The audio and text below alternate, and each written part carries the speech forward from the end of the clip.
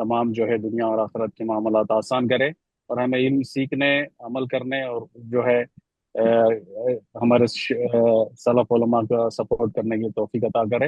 اور جو ہے بغیر تاخیر میں شیخ یاسر جابری المدنی حفظہ اللہ کو دعوت دیتا ہوں کہ وہ جو ہے ریزلٹس کا جو ہے اعلان کرے۔ جزاک اللہ خیر سے، السلام علیکم۔ وعلیکم السلام ورحمۃ اللہ وبرکاتہ۔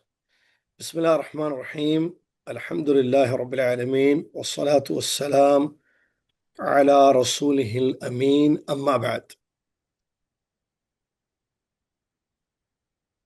تمام تعریف اس اللہ تبارک و تعالیٰ کے لیے جس اللہ تبارک و تعالیٰ نے یہ دنیا بنائی، جس کو دار العمل بنایا، اور آخرت کو رکھا جو دار الجزا ہے۔ یہاں جو ہم عمل کریں گے اس کا بدلہ کل قیامت کے دن ملے گا، اور ہم سب کا وہ اختبار لے رہا ہے۔ یہاں دنیاوی زندگی میں ہمارا امتحان ہے، جس کے رزلٹس ہمیں کل آخرت کی زندگی میں ملیں گے۔ کسی کو جنت ملے گی، کسی کو دوزخ ملے گی۔ اللہ سے دعا ہے اللہ تعالی ہم سب کو اس اصلی ابدی امتحان میں کامیابی عطا فرمائے اور جنت الفردوس میں داخل ہونے کی توفیق عطا فرمائے، آمین یا رب العالمین۔ اس کے بعد صلاۃ والسلام ہو پیارے نبی محمد صلی اللہ علیہ وسلم پر، جنہوں نے اپنی حدیثوں کے ذریعے ہم تک اللہ کا دین پہنچایا، جنہوں نے قبر کے سوالات اور اس کے صحیح جوابات ہمیں بیان کیے، اور قیامت کے دن جو ہم سے باس پرس ہوگی، سوالات ہوں گے، پہلا کہ کس چیز کے متعلق سوال ہوگا اور کیا کیا ہم سے سوالات ہوں گے، یہ تمام باتیں انہوں نے بیان فرمائیں۔ اللہم صلی علی محمد وعلی آل محمد کما صلیت علی ابراہیم وعلی آل ابراہیم انک حمید مجید، اللہم بارک علی محمد وعلی آل محمد کما بارکت علی ابراہیم وعلی آل ابراہیم انک حمید مجید۔ حمد و صلات کے بعد دیکھیے معزز طلباء و طالبات، اور اس سے پہلے ذمہ داران پروگرام اور معزز علماء کرام حضرت الشیخ وسیم قاضی حفظہ اللہ اور دیگر ذمہ داران پروگرام، معزز اہل علم اور معزز اور عزیز طلباء و طالبات، دنیا میں امتحانات ہوتے ہیں۔ اچھا، جو امتحان ہوتا ہے، ٹیسٹ لیا جاتا ہے، اس کا کیا مقصد ہونا چاہیے یہ میں آپ کو پہلے بتا دوں۔ کوئی بھی امتحان یا ٹیسٹ، آپ دیکھیں دنیا میں ماشاءاللہ آپ نے اسکول پڑھا ہوگا، کالج، یونیورسٹیاں، ہر جگہ امتحان ہوتے ہیں، ٹیسٹ ہوتا ہے، اسکول میں بھی، کالج میں بھی، یونیورسٹی میں بھی۔ ہم جو مدرسوں سے فارغ ہیں ہمارے پاس بھی یہ معاملہ چلتا تھا، یہ سلسلہ چلتا تھا اور ہوتا ہے۔ ہم نے بھی سورہ ملک کا ٹیسٹ لیا ہے، جس کو ٹیسٹ کہیں مختصر۔ اس کی بنیادی وجہ کیا ہونی چاہیے کہ جو سبق پڑھایا گیا، جو چیزیں آپ کو دی گئیں، آپ کو معلومات دی گئیں، آپ کو پڑھایا گیا سبجیکٹ، اس کو آپ نے کتنا سمجھا۔ استاد امتحان کے ذریعے، ٹیسٹ کے ذریعے یہ معلوم کر سکتا ہے کہ طلباء و طالبات، طلاب العلم و طالبات نے کتنا سمجھا ہے۔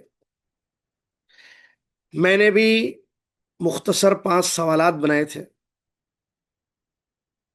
ٹھیک ہے، میرا بھی یہی مقصد تھا۔ سورہ ملک کی تفسیر الحمدللہ ہو گئی، سورہ قلم چل رہا ہے یا چل رہی ہے سورہ۔ مجھ سے پروگرام کے ذمہ داروں نے یہ کہا کہ آپ طلاب و طالبات کا جو ہے ٹیسٹ لیں، تو میں نے 5 سوالات بنائے، آبجیکٹیو ٹائپ سوالات۔ اور سوالات اس لیے میں نے بنائے، اور میرے سوالات میرے سامنے ہیں، میں پڑھ کے سناتا ہوں تاکہ میں طالب یا طالبہ کا امتحان لوں اور جان لوں ان سوالات کے ذریعے کہ انہوں نے کتنا سمجھا ہے۔ میں نے پوری سورہ کو سامنے رکھا، سورہ ملک کی تمام آیتوں کو، اور ان میں سے میں نے 5 سوالات بنائے۔ ماشاءاللہ سب سے پہلے تو میں شکر گزار ہوں اللہ کے شکر کے بعد کہ بہت سارے طلاب و طالبات نے امتحان دیا۔ جتنے شریک ہوئے سورہ ملک کی تفسیر میں، سب نے جواب نہیں دیا، جوابات ہمارے پاس کم آئے ہیں جو مجھ تک پہنچے. تو میں دعا دیتا ہوں ان کو، اللہ تعالیٰ جزائے خیر عطا فرمائے ان کو، کہ انہوں نے جو ہے امتحان میں حصہ لیا اس ٹیسٹ میں اور جوابات دیے. جو تقریباً 36 لوگ تھے جنہوں نے جو ہے ان 5 سوالات کا جواب دیا یا اس ٹیسٹ میں شریک ہوئے، حصہ لیا. ان میں سے صرف 6 اسٹوڈنٹس ہیں جن کو پورے نمبر آئے ہیں، فل مارکس. صرف 6 اسٹوڈنٹس، یعنی ہر سوال 10 نمبر کا تھا. ٹوٹل 50 مارکس تھے. 50 میں 50 فل مارکس لینے والے، پورے سوالات کا صحیح جواب دینے والے صرف 6 لوگ ہیں، جن کو انشاءاللہ جو ہے جن کے نام میں آپ کے سامنے رکھوں گا بھی. باقی کے لوگوں نے غلطیاں کی ہیں. پہلا سوال کا جواب کسی نے غلط لکھا، کسی نے دوسرے سوال کا جواب غلط لکھا، کسی نے تیسرا، کسی نے چوتھا، کسی نے 5واں. لیکن پورے جوابات صحیح لکھنے والے جو اسٹوڈنٹس ہیں ان کے نام سنیے آپ. منت امان طالبہ ہیں یہ، منت امان جنہوں نے پورے 5 سوال کے صحیح جواب دیے. دوسرے اسما امتیاز، تیسرے ہیں عائشہ سسٹر، چوتھی ہیں ام ہانی، 5ویں ہیں ام ادیبہ، اور چھٹے ہیں نام انہوں نے نہیں لکھا ہے کیونکہ یہ گوگل فارم کے ذریعے ٹیسٹ ہوا. تو 9522163373 یہ جن کا بھی ای میل ایڈریس ہے یا ای میل آئی ڈی ہے، انہوں نے بھی جوابات دیے. نام نہیں پتا ان کا مجھے، ایسے ہی آیا تھا میرے پاس. 9522163373 یہ. اور منت، اسما امتیاز، عائشہ سسٹر، ام ہانی، ام ادیبہ، ان لوگوں نے جو ہے صحیح جوابات دیے. باقی کے لوگوں نے جو جوابات دیے وہ صحیح نہیں تھے، غلطیاں ہوئی ہیں اس میں. عام طور پر پہلے سوال میں لوگوں نے غلطی کی ہے. دیکھیں پہلا سوال کیا تھا، قرآن کو صحیح سمجھنے کے لیے کیا ضروری ہے. اچھا، آپشنز دیے گئے تھے ABC 1 2 3. جو صحیح جواب ہے آپ اس پہ ٹک لگائیے. قرآن کو صحیح سمجھنے کے لیے میں نے پہلے درس میں بولا تھا یہ، اور میں نے بولا تھا امتحان جب ہوتا ہے نا تو آپ غور سے سننا. جو تفسیر کا درس ہوتا ہے اس کے بعد ریکارڈنگ رہتی ہے، ماشاءاللہ ریکارڈنگ ہوتی ہے، اس کو بھی سننا اور سوال کو سمجھنا، جو سوال کیا جا رہا ہے جواب اس کا صحیح دے. پہلا سوال تھا قرآن کو صحیح سمجھنے کے لیے ضروری ہے کیا؟ صحیح عقل، فہم سلف، یا اکثر لوگوں کی سمجھ. 3 میں سے کون سا جواب صحیح ہے؟ تو صحیح جواب فہم سلف ہے، لیکن اکثر سٹوڈنٹس نے صحیح عقل کو ٹک کیا. قرآن کو صحیح سمجھنے کے لیے صحیح عقل چاہیے، تو فہم سلف نہیں چاہیے. آدمی کے پاس عقل ہوتی ہے، آدمی صرف عقل سے، صحیح عقل سے قرآن کو نہیں سمجھ سکتا ہے، بلکہ صحابہ فہم سلف رضی اللہ عنہم اجمعین نے جس طریقے سے سمجھا ہے ویسے ہم سمجھیں گے تو یہ صحیح فہم ہے.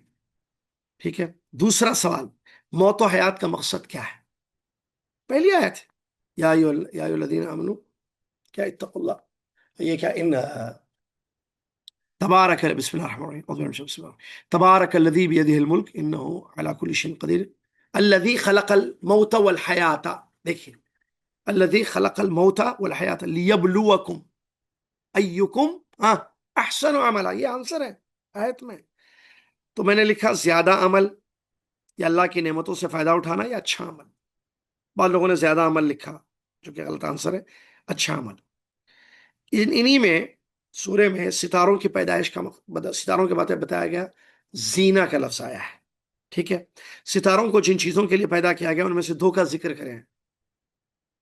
میں نے بتایا تھا قرآن کی تفسیر میں کہ اللہ تعالیٰ نے جو ہے جن مقاصد کے لیے پیدا کیا، آسمانوں کی زینت ایک مقصد، اور کیا کہتے ہیں اس کو، جنوں کو مارنے کا آلہ دوسرا مقصد، وبالنجم هم یہتدون، اس کے ذریعے راستے کا علم ہونا. ان میں سے 2 صحیح، دونوں کا کسی کا بھی ذکر کر دیں، لکھا لوگوں نے. اور ایک سوال، یہ آخری سوال ہے، اس سورے میں جہنمیوں کا جو اعتراف بیان ہوا ہے ان میں سے 2 اسباب کو ذکر کریں. فاعترفوا بذنبہم آیت ہے، فسحقا لاصحاب السعیر فاعترفوا بذنبهم، انہوں نے اپنی گناہوں کا اعتراف کیا کہ ہاں ہم سے گناہ ہوئے ہیں. کیا گناہ ہوئے ہیں؟ اعتراف دو انہوں نے جو ذکر کیا، دو اعتراف، لو كنا نسمع او نعقل، یہ الفاظ آئے ہیں اسی سورہ میں، اگر ہم سنتے یا سمجھتے، تو نہیں سنے نہیں سمجھے. انہوں نے اعتراف کیا، یہ دو سبب جس کی وجہ سے وہ جہنم میں گئے. ہم نہیں سنے نبی کی باتوں کو، نہ ہم سمجھیں، اسی لیے ہم چلے گئے. اس سورے میں آخری سوال، ہاں یہ آپ 5 وقت ہے، اس سورے میں اللہ تعالیٰ کی جو عظیم صفات بیان کی گئی ان میں سے 3 ذکر کیجئے. پورے سورے میں کئی صفات اللہ تعالیٰ کی ذکر کی گئی ہیں، ان میں سے ہم نے کہا 3، سارے لوگوں نے اس کا صحیح جواب دیا. بہرحال اچھا تھا امتحان. یہ 6 لوگ ہیں جو ہے انعام کے مستحق ہے، اور سب سے بڑا انعام میری طرف سے جو میں دے سکتا ہوں وہ ان کے لیے دعائیں ہیں. منت امان، اسماء امتیاز، عائشہ سسٹر، ام ہانی، ام ادیبہ، اور وہ جو نمبر ہے 95221637 پتہ نہیں یہ بھائی ہیں یا بہن ہیں نہیں پتہ. اور میں نے جو نام لیے ہیں مجھے جیسے نام پتہ تھے، اور نام لینے میں کوئی حرج نہیں ہے، ٹھیک ہے. شرعی مسئلہ جانتے ہوں گے کہ کسی عورت کا نام لینے میں، طالبہ کا یا طالب کا نام لینے میں کوئی حرج نہیں ہے. یہ مختصر سا جو ہے اناؤنسمنٹ تھا اعلان کا. باقی جو لوگوں نے امتحان دیا ہے اس میں غلطیاں رہی ہیں، لیکن الحمدللہ ان کے سارے نمبرات ہیں میرے پاس. چونکہ وقت نہیں ہے، مجھے نکلنا ہے دعویٰ کے لیے، تو میں انشاءاللہ مکمل رزلٹ جو ہے ذمہ داروں تک پہنچا دیتا ہوں انشاءاللہ. یہ مختصر سا تھا. جزاکم اللہ خیر. السلام علیکم ورحمۃ اللہ وبرکاتہ. السلام ورحمۃ اللہ وبرکاتہ. جزاک اللہ خیر شیخ، اللہ تعالیٰ آپ کو جزائے خیر دے. الحمدللہ آپ کا بہت بہت شکریہ. انشاءاللہ آگے اعلانات جو ہے کرنے کے لیے انشاءاللہ. جزاک اللہ خیر شیخ. انشاءاللہ ابھی ہم جو ہے نیکسٹ جو ہے کتاب فقہ کا جو ہے وہ پارٹیسپینٹس کا اعلان کریں گے انشاءاللہ. اور ہمارے درمیان ہے شیخ وسیم قاضی جامع مدنی حفظہ اللہ. شیخ میں دعوت دیتا ہوں کہ آپ جو ہے اس کا آغاز کریں. جزاک اللہ خیر. جزاکم اللہ خیر واحسن اللہ علیکم.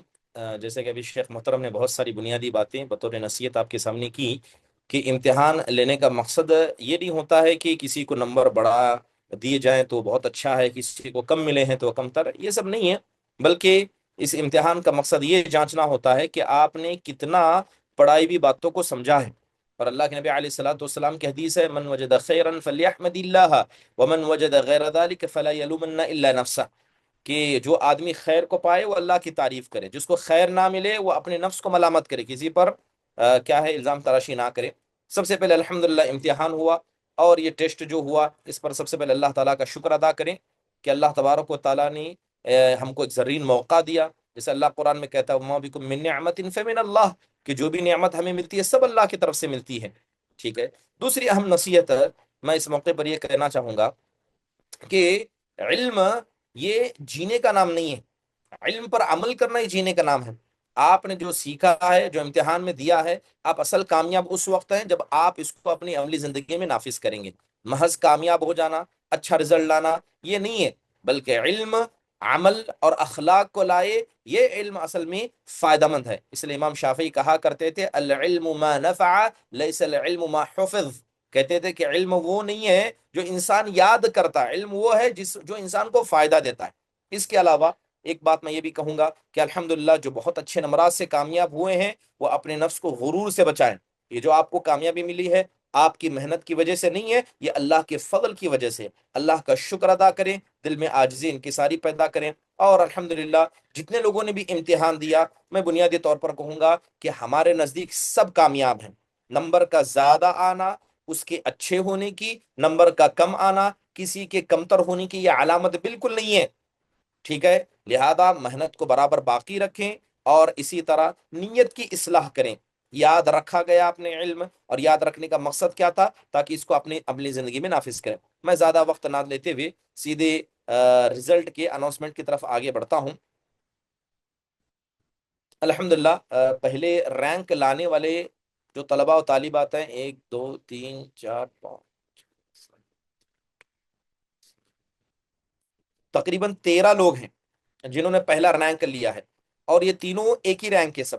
میں نام ذکر کر رہا ہوں، اور سب سے پہلے ایسے جن کا بھی ابھی نام لیا جائے گا سب کو پہلے ہی ایڈوانس میں مبارکبادی. اللہ تعالیٰ سے دعا اللہ تعالیٰ اس علم کو آپ کے سینے میں محفوظ رکھے، اللہ اس علم کی برکت عمل آپ کے اندر عطا فرمائے، اور اس علم کو جو آپ نے سینے میں رکھ کر لکھا ہے اللہ اس کو آپ کو آگے پھیلانے کی توفیق دے۔ سب سے پہلے آتے ہیں محمد صادق، یہ 100 to 100 نمبر لینے والے ہیں۔ اس کے بعد عالیہ افضل، شبانہ پروین، ظہیر، محبوب بادشاہ شیخ۔ اس کے علاوہ جو اور نمبر لانے والے ہیں رئیسہ نازنین، رضوانہ شمس، معین الدین، نجم السحر، سیدہ فردوس جہاں، عظما، رابعہ، سید ادیب الرحمن۔ الحمدللہ ان سب لوگوں نے 100 نمبرات حاصل کیے، اور اللہ تعالیٰ سے دعا ہے کہ اللہ تبارک و تعالیٰ اس علم کو آپ کو سینے میں باقی رکھے، اللہ اس علم کی برکت آپ سب کو عطا کرے۔ یہ پہلے رینک حاصل کرنے والے ہیں۔ دوسرے رینک والے جن کے نمبرات 90 ہیں ان میں آتے ہیں محمد نعیم، اور دوسرے نمبر پر نام نہیں ہے لیکن یہاں پر جی میل آئی ڈی مینشن کی گئی ہے sumrej007@gmail.com، یہ نمبر ہے، نام نہیں لکھا گیا ہے، یہ سیکنڈ پر آتے ہیں۔ اس کے علاوہ عائشہ بیگم، یس کے انجم، اور یم حنیف راجہ، جعفر صادق، عبد المعز، رضوانہ شمس۔ 2 رضوانہ شمس ہیں جو پہلی پوزیشن اور دوسری پوزیشن میں بھی ہیں، شاید 2 لوگوں نے لکھا ہے اور دونوں کا جی میل الگ الگ ہے، ٹھیک ہے۔ جو ابھی رضوانہ شمس سیکنڈ رینک والی ہیں، ادیب یویم، یہ ان کا جی میل ہے۔ اس کے بعد سیکنڈ پوزیشن میں اور آنے والے ہیں سلطان، مرزا ظفر اللہ بیغ، بنت نذیر، اور ام نہال۔ یہ سیکنڈ پوزیشن لانے والے ہیں، یعنی 90 نمبر ان کو ملے ہیں۔ اللہ تبارک و تعالیٰ ان سب کے لیے بھی دعا ہے کہ اللہ تعالیٰ اس علم کو آپ کے سینے میں محفوظ رکھے، اللہ اس علم کی برکت کو دنیا اور آخرت میں آپ کو دکھائے، اور اللہ تعالیٰ اس علم کی برکت آپ کے اولاد میں عطا کرے۔ اس کے بعد تھرڈ رینک پر آنے والے ہیں، یا نام نہیں ہے لیکن جی میل ایڈریس ہے غوثیہ فاطمہ 865@gmail.com، یہ تھرڈ رینک میں پہلی پوزیشن ہے۔ اس کے بعد سلمہ، لائبہ، اقرا افضل، محمد اسما، یم ڈی اسما ناز، شیرین بانو، حاجرہ شیخ، بشرا، اور نیلوفر۔ الحمدللہ اتنے لوگوں نے یہاں پر کیا ہے اللہ کے فضل سے امتحان دیا ہے، اور جو آخر میں نمبر لا رہے ہیں ان کے لیے بھی دعا ہے کہ اللہ تبارک و تعالیٰ اس علم کو آپ کے سینے میں محفوظ رکھے، اللہ تعالیٰ اس علم کے ذریعے آپ کی دنیا کو سنوارے، آپ کے اولاد کے لیے، آپ کے لیے خیر کا ذریعہ بنائے، اور اللہ اس علم کو آپ کے لیے عمل کا ذریعہ بنائے کہ آپ عمل کریں۔ الحمدللہ یہ مختصر رزلٹ ہے، میں دوبارہ دہرا رہا ہوں کہ رزلٹ بس یہ جاننے کے لیے تھا کہ آپ نے کتنا یاد کیا ہے، ٹھیک ہے۔ لہذا کم نمبر لانا، زیادہ نمبر لانا یہ کامیابی نہیں ہے، جیسے کہا گیا اصل کامیابی وہ ہے جو اس علم کے ذریعے اپنے اندر عبادت کو پیدا کرے، اپنی اخلاق کو سنوارے، اور اللہ ہم سب کو اس کی توفیق دے۔ جزاک اللہ خیر و احسن اللہ علیکم۔